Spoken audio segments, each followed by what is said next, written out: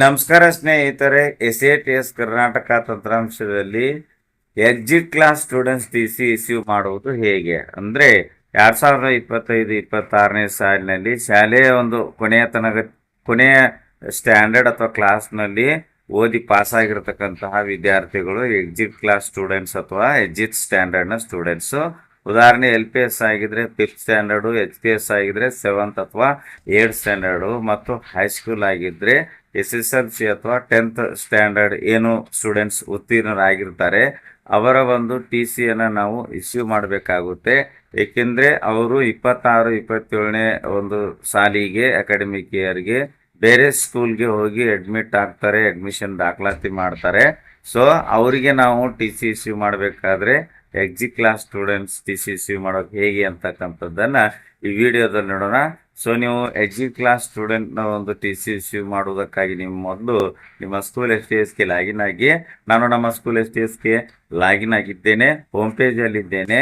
ಮತ್ತು exit class ಸ್ಟೂಡೆಂಟ್ಸ್ನ ಒಂದು TC issue ಮಾಡುವುದಕ್ಕಾಗಿ ಈ ಒಂದು ಹೋಮ್ ಪೇಜಲ್ಲಿ ಎಡಗಡೆ ಇರತಕ್ಕಂಥ ಮೆನುಗಳಲ್ಲಿ student management class 1 to 10 button ಮೇಲೆ ಕ್ಲಿಕ್ಕನ್ನು ಮಾಡಿ, ಟ್ರಾನ್ಸ್ಫರ್ ಸರ್ಟಿಫಿಕೇಟ್ ಕ್ಲಿಕ್ ಮಾಡಿ, individual student TC issue button ಮೇಲೆ ಕ್ಲಿಕ್ ಮಾಡಿ. ನೆಕ್ಸ್ಟ್ ನಿಮಗೆ search students to issue TC ಅಂತ ಇಂಟರ್ಫೇಸ್ ಪೇಜ್ ಬರ್ತದೆ. TC ಇಶ್ಯೂ ಮಾಡುವುದಕ್ಕೂ ಮೊದಲು ನೀವು ಎಕ್ಸಿಟ್ ಕ್ಲಾಸ್ ವಿದ್ಯಾರ್ಥಿಗಳನ್ನೆಲ್ಲ ಪ್ರಮೋಷನ್ ಮಾಡಿರಬೇಕು. ಮತ್ತು ಈ ಒಂದು TC ಇಶ್ಯೂ ಮಾಡಬೇಕಾಗಿರ್ತಕ್ಕಂಥ ಎಲ್ಲ ವಿದ್ಯಾರ್ಥಿಗಳ ಒಂದು ಪ್ರೋಗ್ರೆಸ್ ರಿಪೋರ್ಟ್ ಕಾರ್ಡನ್ನು TC ಇಶ್ಯೂ ಮಾಡುವುದಕ್ಕೂ ಮೊದಲೇ ಜನರೇಟ್ ಮಾಡಿ ಪ್ರಿಂಟೌಟ್ ತೆಗೆದಿಟ್ಕೊಂಡ್ರೆ ತುಂಬ ಒಳ್ಳೆಯದು. ಮತ್ತು ಯಾವುದೇ ಕಾರಣಕ್ಕೂ ಮೊಬೈಲ್ನಲ್ಲಿ ನಾವು TC ಇಶ್ಯೂ ಮಾಡಬಾರ್ದು. ಏಕೆಂದರೆ ಮೊಬೈಲ್ನಲ್ಲಿ ನಾವು TC ಇಶ್ಯೂ ಮಾಡೋದ್ರಿಂದ ಅದು 1 ಪೇಜಲ್ಲಿ ಬರೆದು 2 ಪೇಜಲ್ಲಿ ಬರುತ್ತೆ. ಸೊ ನಾವು ಕರೆಕ್ಟಾಗಿ ಪ್ರಿಂಟೌಟ್ ತೆಗೋಬೇಕಾದ್ರೆ ನಾವು ಲ್ಯಾಪ್ಟಾಪ್ ಅಥವಾ ಈ ಕಂಪ್ಯೂಟರ್ನಲ್ಲಿನೇ TC ಇಶ್ಯೂ ಮಾಡಿ ಪ್ರಿಂಟೌಟ್ ತೆಗೆದುಕೊಳ್ಳೋದು ತುಂಬ ಒಳ್ಳೆಯದು.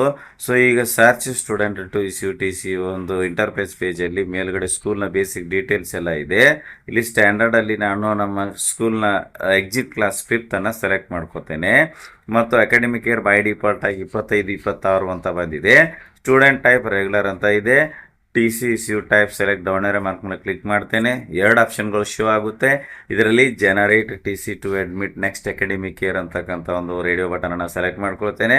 ಅಂದರೆ 25-26ರಲ್ಲಿ 5th ಪಾಸ್ ಆಗಿರ್ತಕ್ಕಂಥ ಸ್ಟೂಡೆಂಟ್ 26-27ನೇ ಶೈಕ್ಷಣಿಕ ವರ್ಷಕ್ಕೆ 6th ಅಡ್ಮಿಷನ್ ಆಗ್ತಾ ಇರೋದ್ರಿಂದ ಸೊ ನಾನಿಲ್ಲಿ generate TC to admit next academic year ಅಂದರೆ ನೆಕ್ಸ್ಟ್ ಅಕಾಡೆಮಿಕ್ ಇಯರ್ ಯಾವುದಾಗುತ್ತೆ 26-27 ಆಗುತ್ತೆ.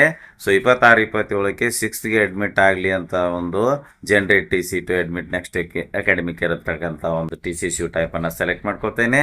ಮತ್ತು ಇಲ್ಲಿ RT ಸ್ಟೇಟಸ್ ನಾನ್ RT ಅಂತ ಬೈ ಡಿಫಾಲ್ಟ್ ಆಗಿ ಬಂದಿರುತ್ತದೆ. ಇಲ್ಲಿ ಸರ್ಚ್ ರೀಸೆಟ್ ಬಟನ್ಗಳಿವೆ. ಸರ್ಚ್ ಬಟನ್ ಮೇಲೆ ಕ್ಲಿಕ್ ಮಾಡ್ತೇನೆ, ಕೆಳಗಡೆಗೆ ಸ್ಕ್ರಾಲ್ ಮಾಡ್ತೇನೆ. ಸೊ ನೋಡಬಹುದು list of students to issue TC ಅಂತ ಬಂತು.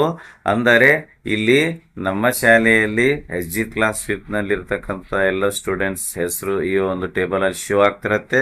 ಯಾವುದೇ ವಿದ್ಯಾರ್ಥಿ ಹೆಸರು ಶೋ ಆಗಿದ್ರೆ ಆ ವಿದ್ಯಾರ್ಥಿಯನ್ನು ಪ್ರಮೋಟ್ ಮಾಡಿಲ್ಲ ಅಂತ. ಸೊ ಯಾವ ವಿದ್ಯಾರ್ಥಿ ಹೆಸರು ಬಂದಿರೋದಿಲ್ಲ ಅಂಥ ವಿದ್ಯಾರ್ಥಿಯನ್ನು ಪ್ರಮೋಷನ್ ಮಾಡಿ ನೆಕ್ಸ್ಟ್ ಆ ವಿದ್ಯಾರ್ಥಿಯ ನೇಮ್ ಕೂಡ list of students to issue TC ಈ ಒಂದು ಟೇಬಲ್ನಲ್ಲಿ ಅಥವಾ ಲಿಸ್ಟಲ್ಲಿ ಹೆಸರು ಬರುತ್ತೆ. ಶೋನಲ್ಲಿ ಆಲ್ ಅಂತ ಸೆಲೆಕ್ಟ್ ಮಾಡ್ಕೋತೇನೆ. ಸೊ ಇಲ್ಲಿ ನಾವು ಪ್ರತಿಯೊಬ್ಬ ವಿದ್ಯಾರ್ಥಿಯನ್ನು ಇಂಡಿವಿಜುವಲ್ ಆಗಿ ಆ ವಿದ್ಯಾರ್ಥಿಗಳೊಂದು TC ಇಶ್ಯೂ ಮಾಡಬೇಕಾಗುತ್ತೆ. ಪ್ರತಿಯೊಬ್ಬ ವಿದ್ಯಾರ್ಥಿಯ ಮುಂದೆ ಕೊನೆಯ ಕಾಲಮ್ನಲ್ಲಿ ಇಶ್ಯೂ ಸರ್ಟಿಫಿಕೇಟ್ ಅಂತ ಕಾಲಮ್ ಇರ್ತದೆ. ಇಶ್ಯೂ ಅಂತ ಪ್ರತಿಯೊಬ್ಬ ವಿದ್ಯಾರ್ಥಿಗೂ ಒಂದೊಂದು ಬಟನ್ ಇದೆ. ನಾನಿಲ್ಲಿ ಉದಾಹರಣೆಗಾಗಿ ಪ್ರತೀಕ್ಷಾ ಅಂತಕ್ಕಂಥ ವಿದ್ಯಾರ್ಥಿನಿಯ ಒಂದು TC ಇಶ್ಯೂ ಮಾಡ್ತಾ ಇದ್ದೇನೆ. ಸೊ ಅದಕ್ಕಾಗಿ ಪ್ರತೀಕ್ಷಾ ವಿದ್ಯಾರ್ಥಿನಿಯ ಮುಂದೆ ಈ ಒಂದು ಕಾಲಮ್ನಲ್ಲಿ ಬರ್ತಕ್ಕಂತಹ ಕೊನೆಯ ಕಾಲಮ್ನಲ್ಲಿ ಏನೊಂದು ಇಶ್ಯೂ ಅಂತಕ್ಕಂಥ ಬಟನ್ ಇದೆ. ಇಶ್ಯೂ ಬಟನ್ ಮೇಲೆ ಕ್ಲಿಕ್ ಮಾಡ್ತೇನೆ.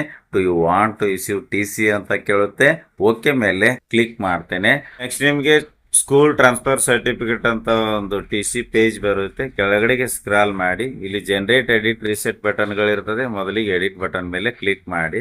ಸೊ ಈಗ ನೀವು ಇಲ್ಲಿ ಎಡಿಟ್ ಮಾಡಲಿಕ್ಕೆ ಆಪ್ಷನ್ ಸಿಗುತ್ತೆ. ಶಾಲೆಗೆ ವಿದ್ಯಾರ್ಥಿಯು ಕಡೆಯ ಬಾರಿ ಹಾಜರಾಗಿದ್ದ ದಿನಾಂಕ ಅಥವಾ ತಿಂಗಳು ಅಂದರೆ ಈ ಸ್ಟೂಡೆಂಟ್ ಲಾಸ್ಟ್ ಅಟೆಂಡೆನ್ಸ್ ಡೇಟನ್ನು ನೀವು ಎಂಟ್ರಿ ಮಾಡಬೇಕು. ನಾನಿಲ್ಲಿ 10/4/2026 ಅಥವಾ 10 ಏಪ್ರಿಲ್ 2026 ಅಂತ ಎಂಟ್ರಿ ಮಾಡ್ತೇನೆ.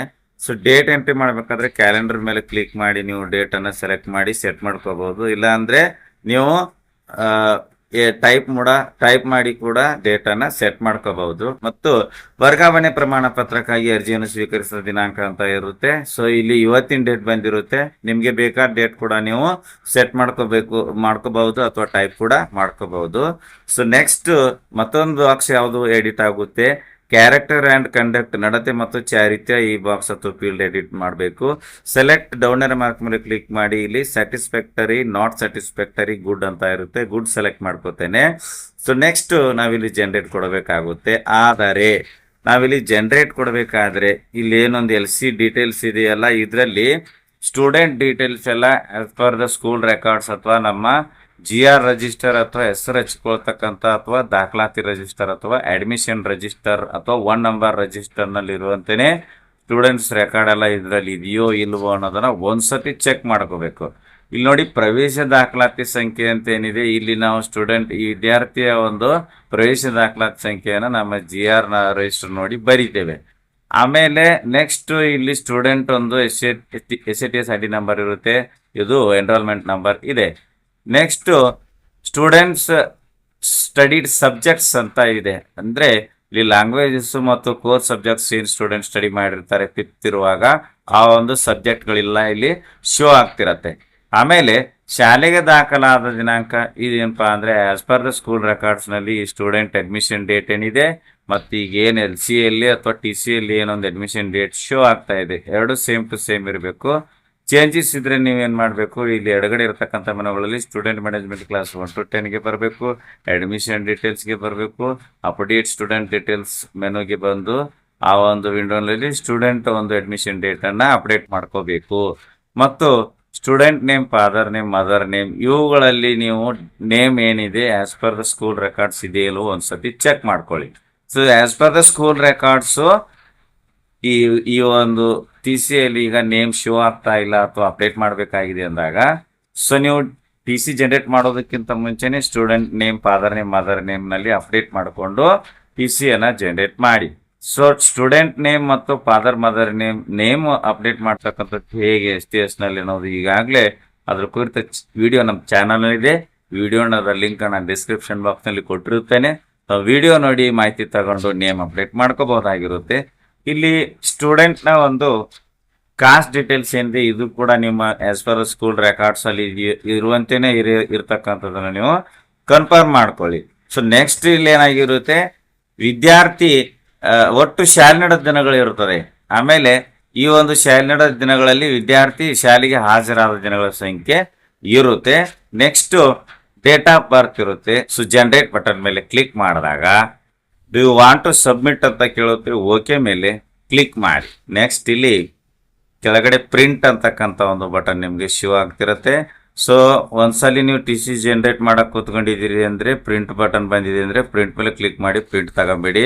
ಇಲ್ಲ ನಾನು ಮತ್ತೊಂದ್ಸಲ ತಗೋತೀನಿ ಅಂದ್ರೆ ಆಗಲ್ಲ, ಯಾಕೆಂದ್ರೆ ಒಂದ್ಸತಿ ನೀವು ಪ್ರಿಂಟ್ ಮೇಲೆ ಕ್ಲಿಕ್ ಮಾಡದೆ ಹಾಗೆ ಬಿಟ್ರೆ ನೆಕ್ಸ್ಟ್ 2ನೇ ಸಲ ಈ ಸ್ಟೂಡೆಂಟ್ TC ಜನರೇಟ್ ಮಾಡ್ಲಿಕ್ಕೆ ಬರೋದಿಲ್ಲ. ಆಗ ರೀಪ್ರಿಂಟ್ ಆಪ್ಷನ್ ಬರುತ್ತೆ.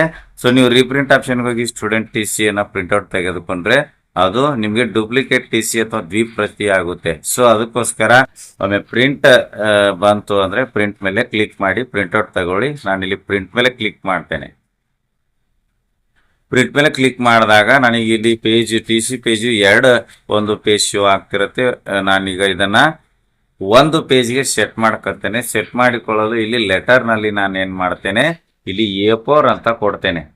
PDF ಅಂತಕ್ಕಂಥ ಏನೊಂದು ಬಟನ್ ಇದೆ ಅದರ ಮೇಲೆ ಕ್ಲಿಕ್ ಮಾಡ್ತೇನೆ. ಕ್ಲಿಕ್ ಮಾಡಿ ಇದನ್ನು ಮೊದಲು PDF ರೂಪದಲ್ಲಿ TC ಅನ್ನ ಸೇವ್ ಮಾಡ್ಕೊತೇನೆ. ನಂತರ ಪ್ರಿಂಟ್ಔಟ್ ತೆಗೆದುಕೊಳ್ಳುತ್ತೇನೆ. ವಿಡಿಯೋ ಇಷ್ಟ ಆದ್ರೆ ಲೈಕ್ ಮಾಡಿ, ಉಪಯುಕ್ತ ಅನಿಸಿದ್ರೆ ಶೇರ್ ಮಾಡಿ. ಈ ರೀತಿ ವಿಡಿಯೋಗಳಿಗಾಗಿ ಚಾನಲ್ಗೆ ಸಬ್ಸ್ಕ್ರೈಬ್ ಆಗಿ, ಬೆಲ್ ಬಟನ್ ಪ್ರೆಸ್ ಮಾಡಿ, ನೋಟಿಫಿಕೇಶನ್ ಅಲ್ಲಿ ಆಲ್ ಸೆಲೆಕ್ಟ್ ಮಾಡಿಕೊಳ್ಳಿ. ನಾವು ಮಾಡೋ ವಿಡಿಯೋಗಳ ಅಪ್ಡೇಟ್ಸ್ ಪಡಿತಾ ಇರಿ. Thanks for watching. ಧನ್ಯವಾದಗಳು. ಒಂದೇ ಮಾತ್ರ.